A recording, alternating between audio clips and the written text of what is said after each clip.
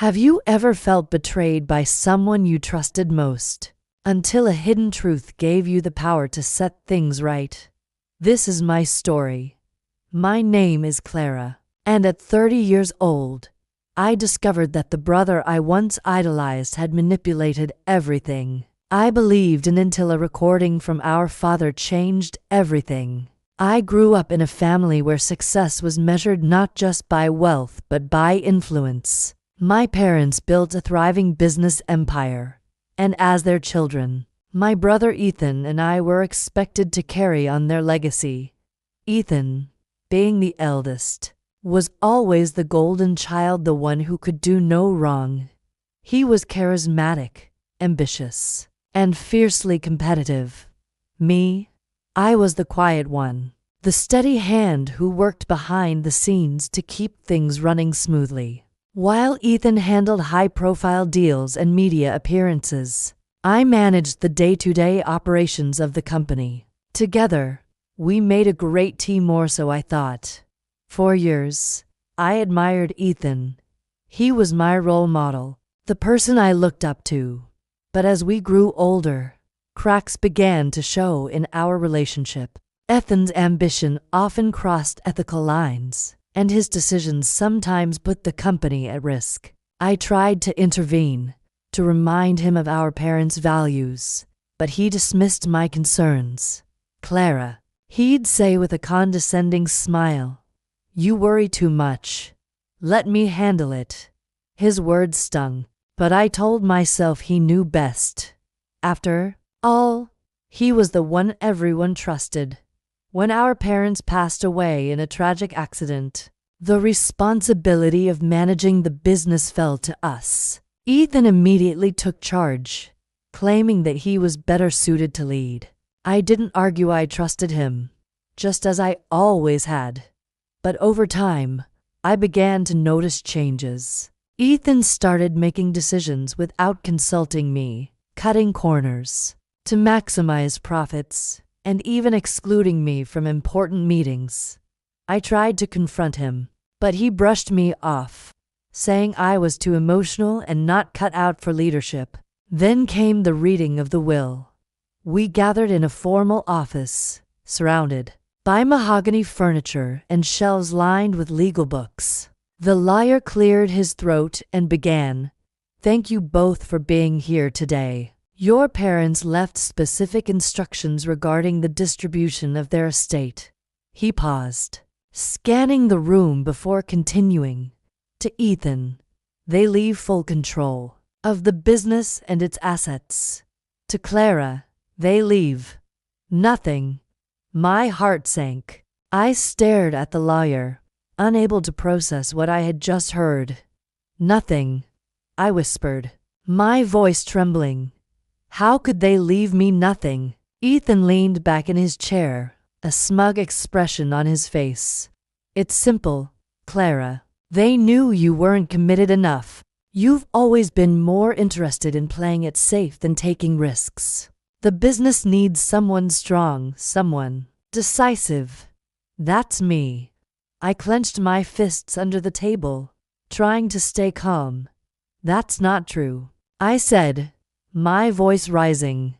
"I've worked just as hard as you, maybe even harder. You can't just erase me like this." The lawyer raised a hand to quiet us. "There's one more item in the will. Your father recorded a message to be played after the reading. Would you like to hear it now?" I nodded, still reeling from the shock. The lawyer pressed play on a small recorder, and my father's voice filled the room. "Ethan and Clara, if you're hearing this, it means we're no longer with you. Before we go any further, let me tell you how proud we are of both of you. You've each brought unique strengths to the business, and together, you've achieved incredible things. However, we've also seen the growing tension between you, and it concerns us deeply." His voice softened. "Ethan, we know you have big dreams, but remember that leadership isn't just about ambition, it's about integrity. Clara, we trust your judgment and your ability to guide the company with care. and compassion. That's why we've decided to leave the final decision about the business in your hands, Clara. If Ethan has proven himself trustworthy and capable of leading with integrity, then the business should remain in his control. If not, you have the authority to take it away. The room was silent as the recording ended. Ethan's face turned pale, and for the first time, I saw fear in his eyes. This can't be real, he stammered. They wouldn't do this. It's real, the liar confirmed. Your father left explicit instructions. The choice is yours, Clara. I sat there, stunned. My parents had given me the power to decide the future of the business and, by extension, the future of our family. For days, I wrestled with what to do. Part of me wanted to punish Ethan for his betrayal, to strip him of everything he had taken from me. But another part of me knew that revenge wouldn't bring peace. Instead, I decided to give him a chance to prove himself. I called a meeting with Ethan and laid out my terms. If you want to keep control of the business, you'll have to earn it, I said firmly.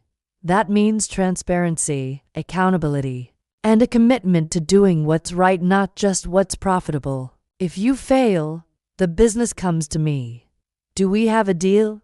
Ethan hesitated, then nodded reluctantly. Fine. You have my word. Over the next few months, I kept a close eye on Ethan.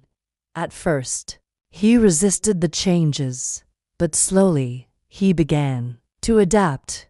He started listening to feedback, consulting me on major decisions, and prioritizing the well-being of our employees. It wasn't perfect, but it was progress. During this time, I reflected deeply on my own journey. Growing up, I had always felt overshadowed by Ethan's charisma and confidence. I doubted my abilities, believing that I wasn't as capable or deserving as him. But my parents' message reminded me of something I had forgotten. My strength lay in my resilience, my empathy, and my unwavering commitment to doing what was right. These qualities weren't weaknesses, they were my greatest assets. As Ethan began to change, I noticed a shift in our dynamic. We started working together more effectively, leveraging each other's strengths instead of competing against them. Our employees noticed the difference too. Morale improved, productivity increased, and the company began to thrive in ways it hadn't in years.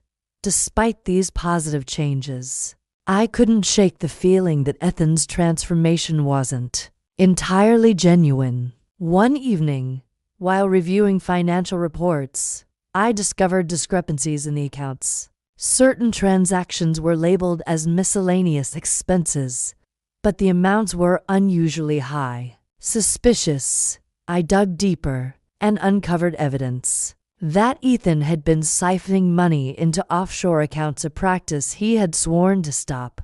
I confronted him the next morning. Ethan, we need to talk, I said, placing the documents on his desk. What is this? He glanced at the papers, his face turning red. Clara, I can explain. No, I interrupted, my voice firm. You've had your chance. I gave you the opportunity to prove yourself, and you betrayed my trust. Again, this ends now. Ethan slumped into his chair, defeated. What are you going to do? He asked quietly. I'm taking control of the business, I replied, effective immediately. Over the following weeks, I restructured the company, implementing stricter oversight and accountability measures. I also launched initiatives to support employees' mental health and professional development, ensuring that the company operated with integrity and compassion. These changes not only restored trust but also strengthened our reputation in the industry. In the end, I decided to split the business equally between us, but with conditions.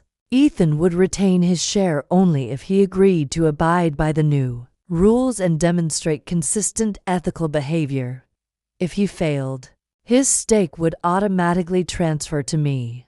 Reluctantly, he agreed.